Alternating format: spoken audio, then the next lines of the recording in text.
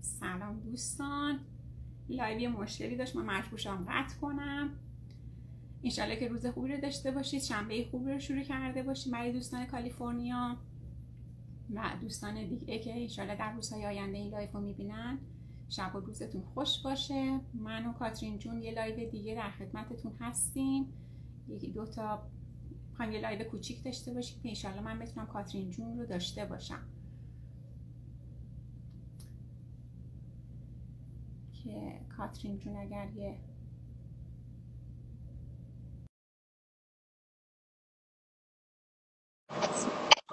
سلام عزیزم. حال شما خوب هستید عزیز؟ مرسی خسته نباشی. قربانت خوبی عزیزم. داشته باشی. مرسی عزیز، مرسی برای هم شما هم به همینطور. تشریف آوردید. خیلی ممنون از دعوتتون الهی جان. مرسی خیلی عزیزم. خوشحالم مرسی بودم. همچنین انشالله که روز گرم آره کالیفرنیا. حسابی این چند روزه خیلی گرم شده. صبح البته آره خیلی خوب بود. صبح آره خنک بود و بعد از آره. ظهرمون باز خنک‌تر میشه. ای دوستان، ما چون اورنج کانتی هستیم اینجا هوا بالا پایینه، ولی خب الان خیلی روزای گرم تابستون رو داریم میگذرونیم. آره خدا رو شکر میبینمت عزیزم. قربانت من عزیز. گفتم یه هفته پیش ما میخواستیم یه لایو کوچولو داشته باشیم ولی رفت بالا رو دیگه. آره ولی خب خیلی عالی، بالاخره بچه‌ها اطلاعات بیشتر به دست میارن. دقیقاً.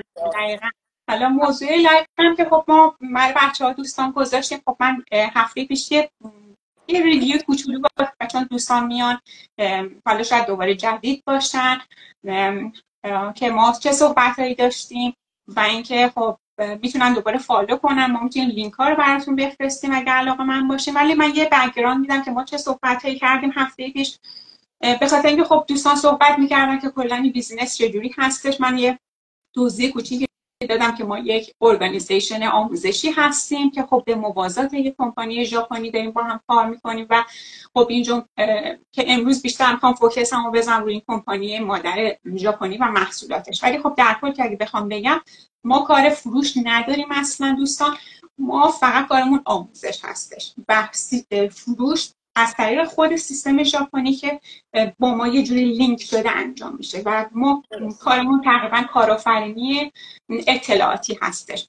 و خب چون این سیستم خب شما باید بیشتر بیاید وارد ترایال بشید که دقیقاً بتونید متوجه بشید که چجوری با هم دیگه کار میکنه. یکی واقعا از علتایی که ما خیلی دوست داریم دوستان بیان تو دوره آموزشی همینه که همه چیز براتون باز میشه، چون خیلی سخته که ما بیایم یه چیزی رو که واقعا شما باید یک ماه وقت براش بذارین و تو 10 دقیقه به صورت فشرده توضیح بدیم. حالا بعداً کاترین جون بیشتر توضیح میدم.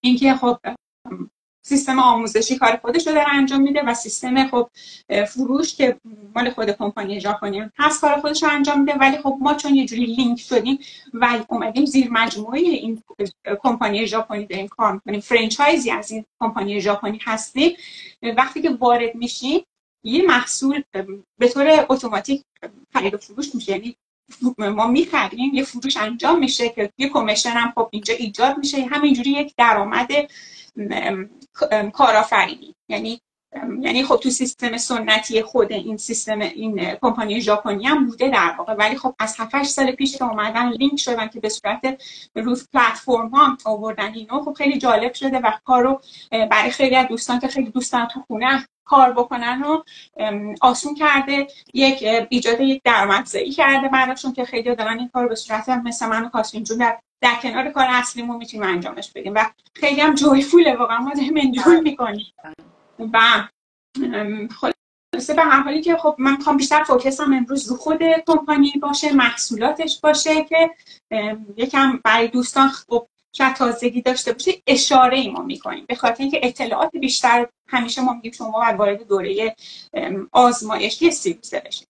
من اگه بخوام یه خلاصه ای از خود کمپانی بگم، این کمپانی ژاپنی در واقع در سال 1974 بنیانگذاری شده توسط یک فرد ژاپنی. به نظر من وقتی دارم فکر می‌کنم چقدر ایشون اسمارت بوده که 50 سال ایده هنوز این ایده یعنی یونیک و یعنی رو دست نداره.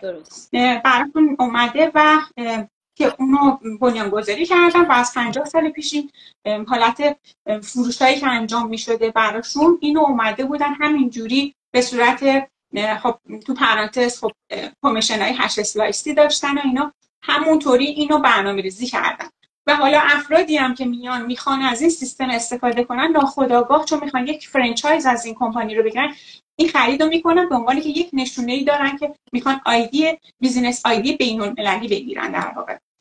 و حالا بعدن که کاترین چون توضیح میده که تو دوره ترایل که اون مبلغی رو که میدید برای چه کارهایی هستش یکم شما بیشتر زمان لازم دارید که اینو به قول معروف حذف کنید، چیزی که خب خیلی جدیده، جدید نیست به نظر من، یونیکه.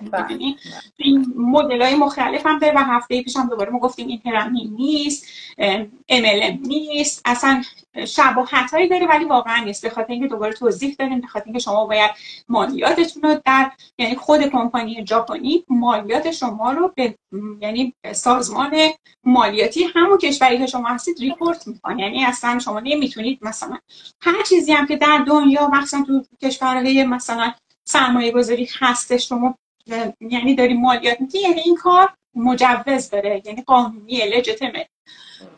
و چیزی دیگه که خب میخوام برم روی محصول، خب چون شما وارد که میشید محصولی که باید بخواید خب چیزهای مختلفی هستش که دوباره اونا شما وقتی که وارد شدید وقتی که با کوچ صحبت میکنید بهتون میگه قیمتا رو میگه، ولی به خاطر اینکه خب محصولات مثلا کوچولویی نیستش، محصولات مدیکال دیوایس هسته، های تیکت هستن، محصولات های تیکت اصولا کاش اینجا خب به خاطر اون پروسس فیلترایی که انجام میشه رو تحقیقاتی که روشون انجام میشه اصلا ناخودآگاه یه جوری هستش که ارزش روش میاد، خب گرونتر هم هستنش، مثلا چند هزار دلار شاید مثلا بعدش هستش که یه کسی بخواد هزینه کنه و بگیره. و این پروداکت هایی که این کمپانی داره همه لایسنس هستن، خود کمپانی یعنی رجیستر شده زیر خود کمپانی، اسم کمپانی. و شما وقتی که دوباره وارد این دوره ترایل میشید مثلا دیگه همه چیز برای شما باز میشه. این کمپانی خود کمپانی هزار نفر کارمند و کارگر داره که دارن همه با هم کار میکنن که مثلا پروداکت ها ساخته بشه، تا سر دنیا دارن محصولاتشون رو پخش میکنن. حالا به اضافه اینکه خب سیستم آموزشی ما هم یک سیستم خیلی بزرگ، تقریبا 212,000 نفر برای خود سیستم ارگانیزیشن آموزشی ما این ور دارن کار میکنن، پلاس که اونا اضافه میشه خوشبختانه.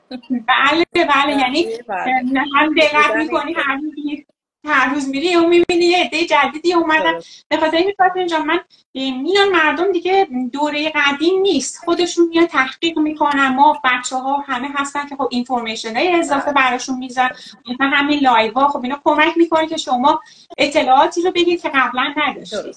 نه همین دوره 30 روزه چقدر باعث میشه که خب اونا موتیویت تر بشن و بدونن داستان چیه که میخوان وارد بشن. و چیزی دیگه که در مورد خود محصول میخواستم بهتون اشاره کنم اینه که OEM هست این محصولاتشون. OEM Original Equipment Manufacturer، یعنی که شما وقتی که یه OEM روی یه پروداکت میبینی این خیلی یعنی کسایی که تو کار بیزینس و خرید و فروش هستن خیلی ارزش داره. یعنی ریس تا درشت پارت های این مثلا هر اکویپمنتی هر چیزی که هست زیر نظر کمپانی و در خود کمپانی ساخته میشه. یعنی کمپانی ریسپانسیبل هستش برای همه چی. یعنی مثلا ساب نداره که حالا بگه این مثلا پارتش این ور بیاد این بره هند این بره بعد من اسمبلش کنم، نه، همه چی خود کمپانی خب هم ژاپنی هستش هم ما خب همونجوری خودت گفتی چقدر آدمای متحدی هستن، همیشه ما سما دوست داشتیم تا محصول اگه چند تا چوست هست میگیم ژاپنی رو بده. حالا چه برسه که خب اینو OEMش هم کردن، یعنی همه کارتا از خود کمپانی هستش اونجا اسمبل میشه و برای همه در یعنی پخش جهانی دارن و اینا ISO هم دارن که خب حالا لنگویج فارسیمون ایزو مثلا میگیم، مثلا خیلی لفظ فارسی ایزو میگن. 3 مدل ایزو دارن که همون ایزو مثلا که برای International Organization for Standard، یعنی استانداردهای جهانی رو باید داشته باشه این محصول که بتونه در تمام نقاط دنیا، حالا درسته که ما ایران و افغانستان نمیتونن این البته نمیتونم وارد بازار خرید فروشش بشم به خاطر اون که با سیستم مالی قطع هستم، ولی کلا همه جای دنیا شما میتونی محصول رو پیدا کنی، خرید و فروش کنی.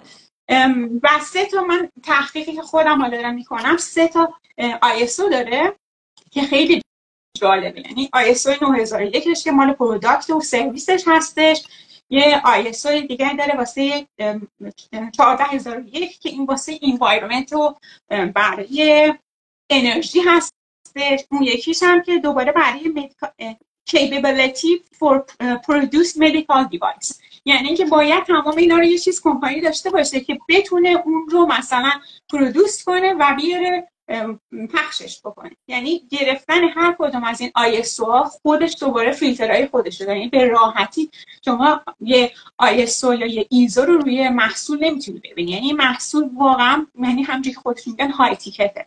و چیز جالب تر و در نهایت این که خب تقریبا بالای 17 تا سرتیفیکیت و لایسنس داره.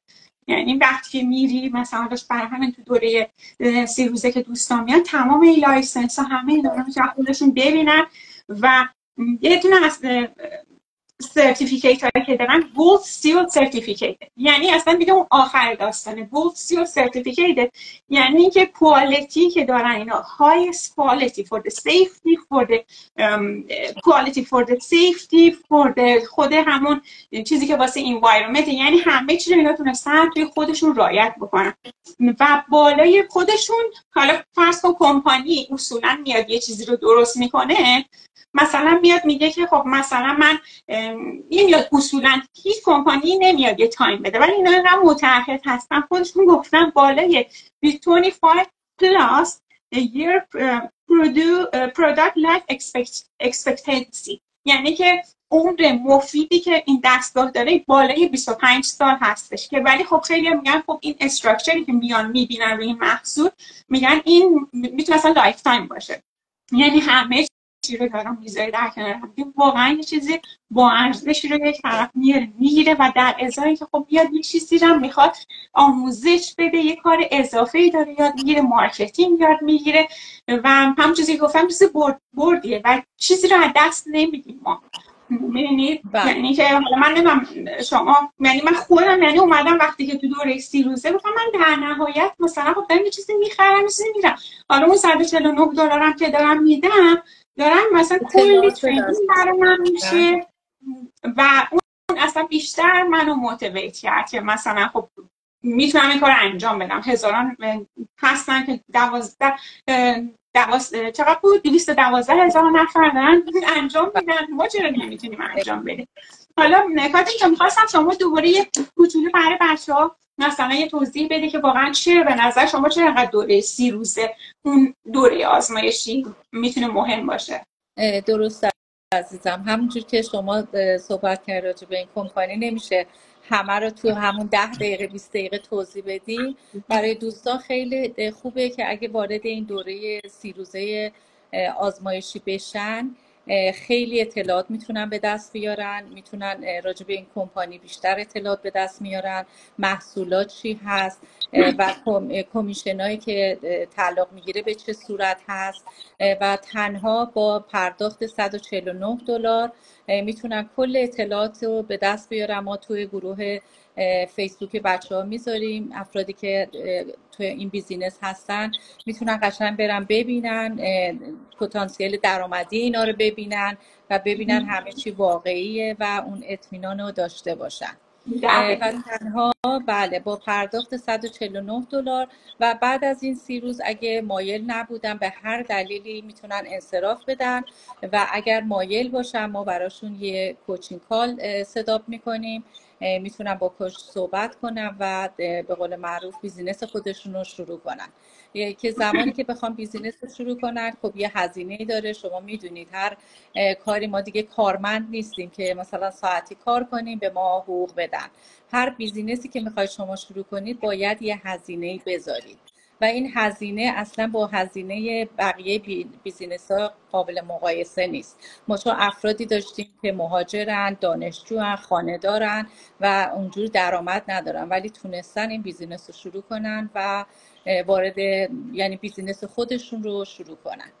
این به این صورته و اطلاعات دیگه اینجا اصلا مریم سوال پرسیدی، همین این سوالی هستش که همه دوستان میپرسن، اسم کمپانی و اینکه خب ما الان خیلی خلاصه، مرسی از سوالت، واقعا این سوالی بود که خیلی هم میپرسن، میپرسن که کمپانی اسمش چیه. من خیلی بریفلی الان خیلی مختصر مثلا فقط اشاره کردم که زمینه چیه، مدیکال دیوایسه و یه سری اطلاعاتی که خب شما شاید توی مثلا میخواین بک‌گراند این داستان رو بدین، ولی در کل اسم کمپانی و اینکه در نهایت کاری که انجام میشه، کمیشن ها، اینا همه من باید وارد دوستانی که علاقه‌مند هستن وارد همونجوری که کاترین جون گفت دوره 30 روزه آزمایشی بشن که $149 رو به صورت دپازیت میذارن و هر وقت اگه دوست داشته باشن همراه میشن و همونجوری که کاترین گفت میشه هزینه برای ترینینگ ها باز میشه و زمانی که ترینینگ ها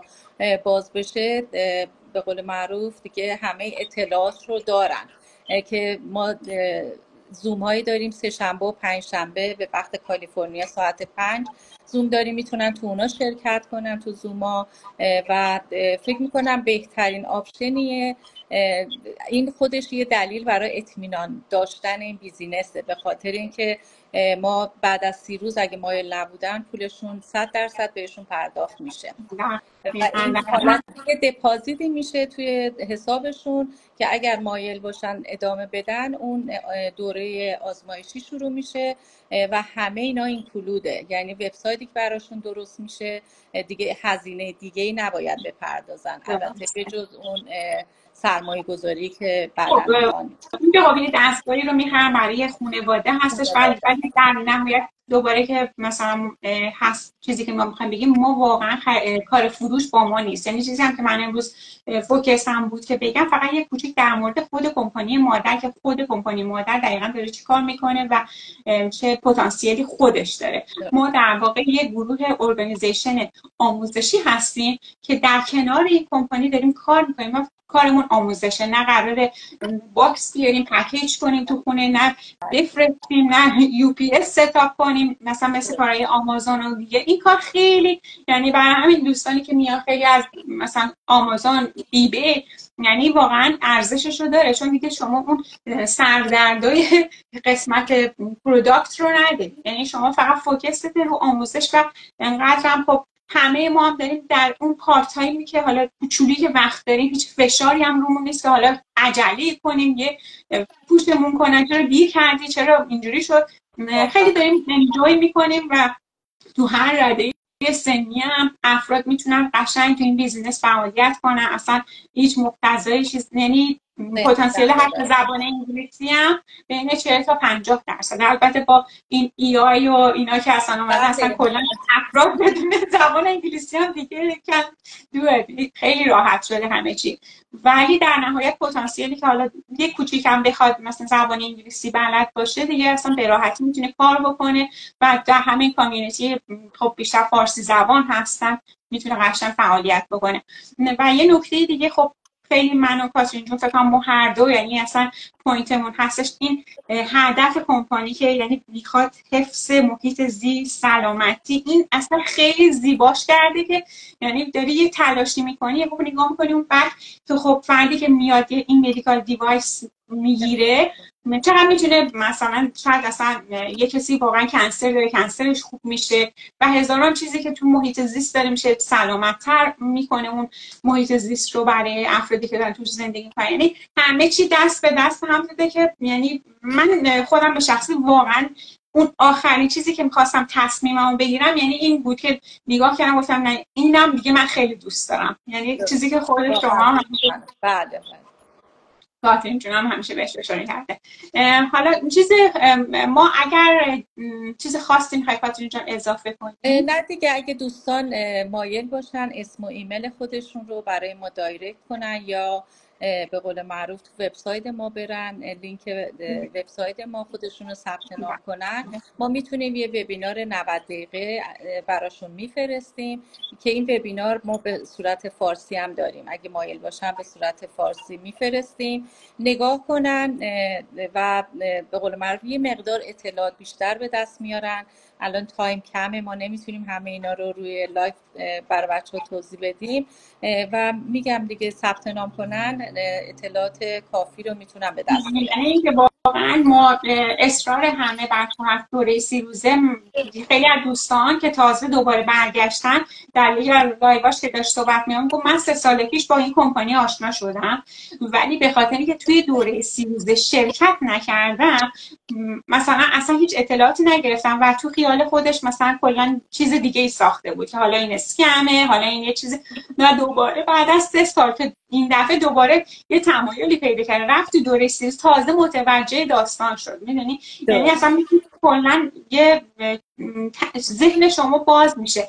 بعد مثلا تو 10 دقیقه یه کسی که میخواد بیاد، همیشه من خودم میگم همیشه سورس رو من خودم هر که بهم یه اطلاعاتی میگم سورست چیه. خب سورس اطلاعاتی ما اونه. یعنی حتی اگه شما یه جایی رو شروع کردین طرف اومد تو 10 دقیقه بهتون توضیح داد، خودت در نهایت بگی سورست کجاست، این اطلاعات در کجا آوردی. برای همین خب ما تو سیستم آموزشیمون یاد گرفتیم که باید افراد رو به اون سورسی که خب تو همون دوره 30 روزه هست باید ریفرشون کنیم، خودشون برن با نالج خودشون و تمام میتونن فکت‌ها رو ببینن، آدرسی که میاد، همین چیزایی که خب من الان به شما گفتم شما میرید روی کامپیوتر همه چی میتونید سرچ بکنید. ولی همینجا من و شما میتونیم یه چیزایی رو بگیم که خب اصلا شاید اصلا دارم اشتباه میگم. سورس من یه اطلاعی میدیم ولی شاید کامل نیست، شاید اصلا دارم بیشتر میگم، میدونی یا دارم کمتر میگم.